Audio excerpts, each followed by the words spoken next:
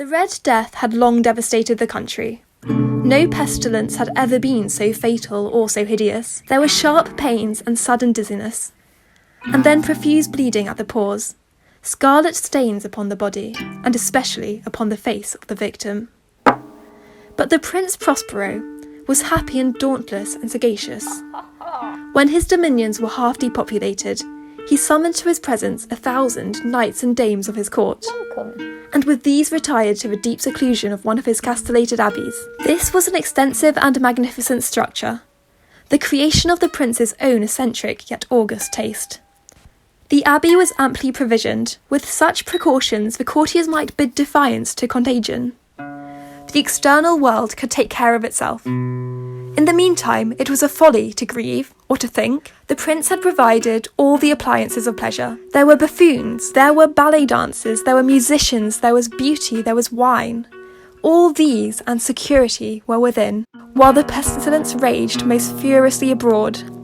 The Prince Prospero entertained his 1,000 friends at a masked ball of a most unusual magnificence. It was a voluptuous scene, but first, let me tell you of the rooms in which it was held.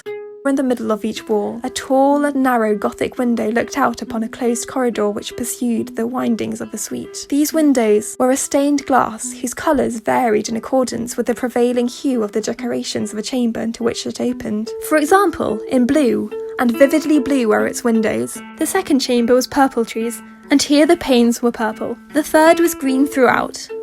The fourth was furnished and lighted with orange. The fifth was white. The sixth was violet. The seventh apartment was closely shrouded in black velvet tapestries that hung all over the ceilings and down the walls. But in this chamber only, the colour of the windows failed to correspond with the decorations. The panes here were scarlet, a deep blood colour. But in the western black chamber, the effect of the firelight that streamed upon the dark hangings through the blood-tinted panes was ghastly in the extreme. There were few of the company bold enough to set foot within its presence at all. It was in this apartment, also, that there stood against the western wall a gigantic clock of ebony. Its pendulum swung to and fro with a dull, heavy, monotonous clang, and when the minute hand made the circuit of the face, and the hour was to be stricken, there came from the brazen lungs of the clock a sound which was clear and loud and deep and exceedingly musical, but of so peculiar a note and emphasis that at each lapse of the hour the musicians of the orchestra were constrained to pause momentarily in their performance. It was a gay and magnificent revel, but to the chamber which lies most westwardly of the seven there are now none of the maskers who venture, for the night is waning away, and there flows a ruddier light through the blood-coloured panes and the blackness of the sable drapery apples. And the revel went whirringly on, until length there commenced the sounding of a midnight clock, and then the music ceased, and the evolutions of the waltzes were quieted, and there was an uneasy cessation of all things as before. And thus it happened. There were many individuals in the crowd who had found leisure to become aware of the presence of a masked figure which had arrested the attention of no single individual before. And the rumour of this new presence having spread itself whisperingly around, there arose at length from the whole company a buzz, or murmur, expressive of disapprobation and surprise. Then finally, of terror, of horror, and of disgust. The whole company, indeed, seemed now deeply to feel that in the costume and bearing of the stranger neither wit nor propriety existed. The figure was tall and gaunt, and shrouded from head to foot in the habiliments of the grave. The mask, which concealed the visage, was made so nearly to resemble the countenance of a stiffened corpse, had gone so far to assume the type of the Red Death. When the eyes of Prince Prospero fell upon this spectral image, he was seen to be convulsed, in the first moment with a strong shudder either of terror or distaste, but in the next his brow reddened with rage.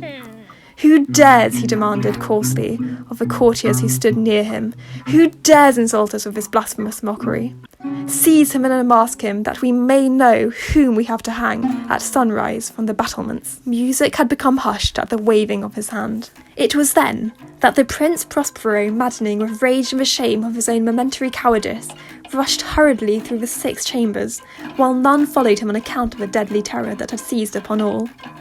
He bore aloft a drawn dagger, and had approached in rapid impetuosity to within 3 or 4 feet of the retreating figure, when the latter, having attained the extremity of a velvet apartment, turned suddenly and confronted his pursuer. There was a sharp cry, and the dagger dropped gleaming upon the sable carpet, upon which instantly afterwards fell prostrate in death the Prince Prospero. Then summoning, with wild courage of despair, a throng of revellers at once threw themselves into the black apartment, and seizing the mermaid whose tall figure stood erect and motionless within the shadow of the ebony clock, gasped in unutterable horror at finding the grave cerements and corpse-like masque untenanted by any tangible form. And now was acknowledged the presence of the Red Death. He had come like a thief in the night, and one by one dropped the revellers in the blood-bedewed halls of their revel, and died each in the despairing posture of his fall, and the life of the ebony clock went out.